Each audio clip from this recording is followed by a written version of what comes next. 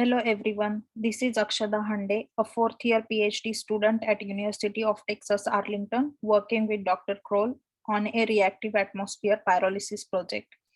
In this project, we are studying the effect of hydrogen as reactive atmosphere during the pyrolysis of SiCN ceramics. We are all aware of the wide range of properties and applications of Si containing ceramics, and hence the tremendous amount of work which is going on to improve these materials. Here, I will just briefly touch the work done using different reactive atmospheres. For SiCN, mainly ammonia has been studied as reactive atmosphere during pyrolysis. Galusek studied the effect of ammonia on chemical composition of SiCN, and recently, Zara and group studied the reactive atmosphere pyrolysis of SiCN under ammonia and its effect on chromium adsorption. In 2000, Ichikawa and group achieved the nearly stoichiometric SiC fibers via reactive atmosphere pyrolysis using hydrogen. In case of SiCO, many different gases are used as wraps, such as reactive atmospheres, such as hydrogen, carbon dioxide, water vapor, etc. Narizawa and group studied the effect of different atmospheres on the small spherical SiCO. They also synthesized white SiCO using hydrogen atmosphere.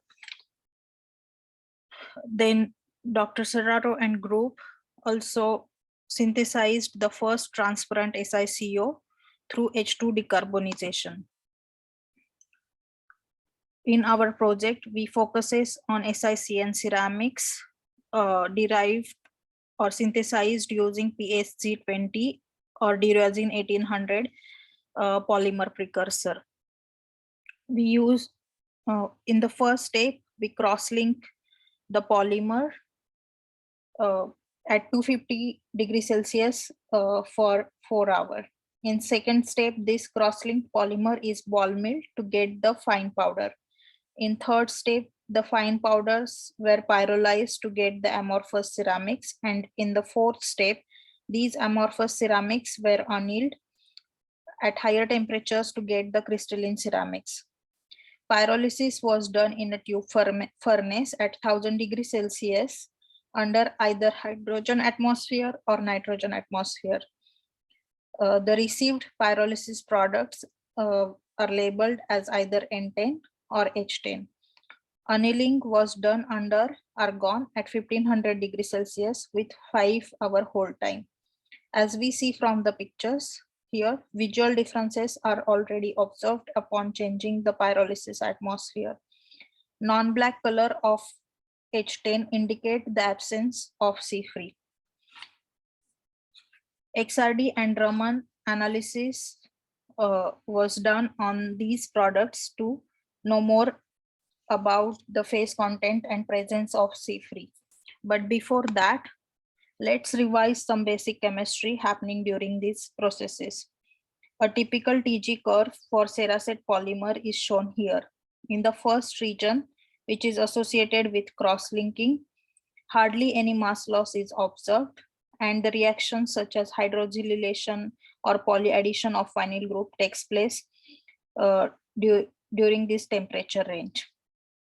In the pyrolysis region, a redistribution reaction occurs in which SiN and SiC bonds are formed, and hydrogen and CH4 are evolved during the process.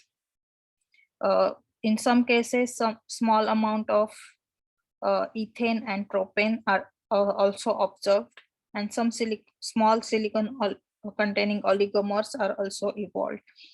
In the higher temperature region, which is annealing, or in other words, where amorphous ceramics are converted into crystalline ceramics,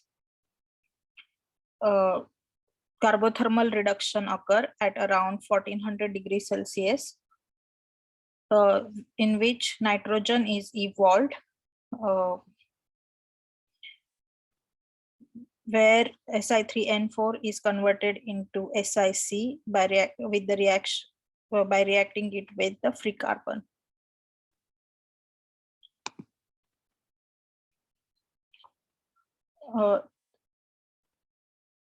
Then we did the Raman analysis to know more about the free carbon. Raman spectroscopy is one of the most sensitive method and an important non-destructive tool for characterization of the free carbon, particularly regarding its structural evolution at elevated temperature.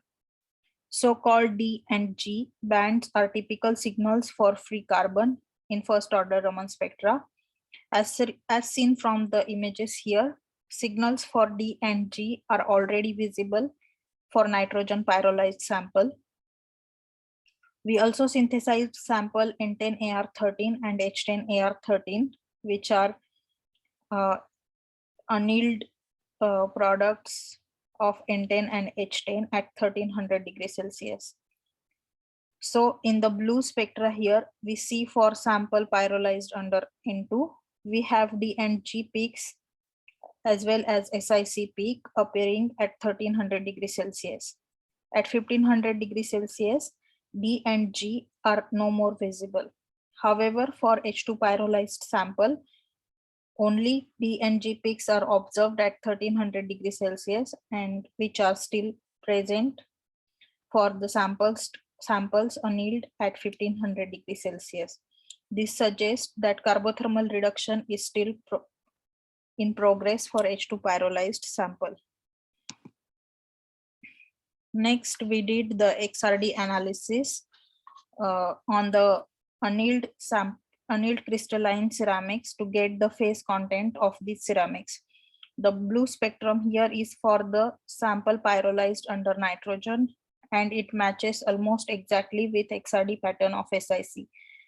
However, the red spectra, which is for the sample pyrolyzed under hydrogen, shows many other small peaks along with SiC peaks. This suggests that Si3 and these small peaks matches with the Si3N4 XRD pattern. In this red spectrum, we also see the hump at 12 to 20 degree to theta value, which suggests amorphous free carbon is also present. These observations again indicate that carbothermal reduction is hindered for the sample pyrolyzed under hydrogen. To get the more insight into phase content and chemical composition, we did the refinement on XRD data. And we see almost 95% by weight SiC phase is present for samples pyrolyzed under nitrogen. And for samples pyrolyzed under hydrogen, we have 70% SiC and 30% Si3N4. So significant amount of Si3N4 is still present in hydrogen pyrolyzed sample compared to nitrogen pyrolyzed samples. We can calculate the ceramic composition using this data, which I will show you on next slide. We also recorded, meanwhile, we also recorded the mass loss after pyrolysis as well as annealing processes. We observed higher mass loss during pyrolysis under hydrogen and lesser mass loss during annealing of H2 pyrolyzed product. Overall, higher mass loss is observed for H2 pyrolyzed samples. As we already revised, these mass losses are associated with evolution of methane and hydrogen during pyrolysis, and mainly nitrogen during annealing step via carbothermal reduction. So we assume that the mass loss during annealing is due to nitrogen only, and using the compositions of ceramics calculated from phase composition at 1500 degrees Celsius, we can now derive the composition of SiCN at 1000 degrees Celsius. Unfortunately, as carbothermal reduction is still going on, we have some amount of carbon content in hydrogen pyrolyzed sample which is unknown. So more processing is needed to comment on the composition of products. So in conclusion, carbothermal reduction is still in progress. We saw that from the Raman. And from XRD, it was again confirmed that the carbothermal reduction is hindered for H2 pyrolyzed sample. We believe the reason behind this is the fine distribution of small crystallite of Cfree that hinders the carbothermal reduction during annealing process of H2 pyrolyzed sample. But before we focus on this hypothesis, we still want to focus on the H2 pyrolyzed samples. We are doing the longer annealing time for this H2 pyrolyzed sample to assist the completion of carbothermal reduction. So we can calculate the composition of this H2 pyrolyzed sample. I would like to thank my group, Dr. Kroll, for always supporting me and helping me, all my colleagues, and also NSF PIRE for the financial support. Thank you so much.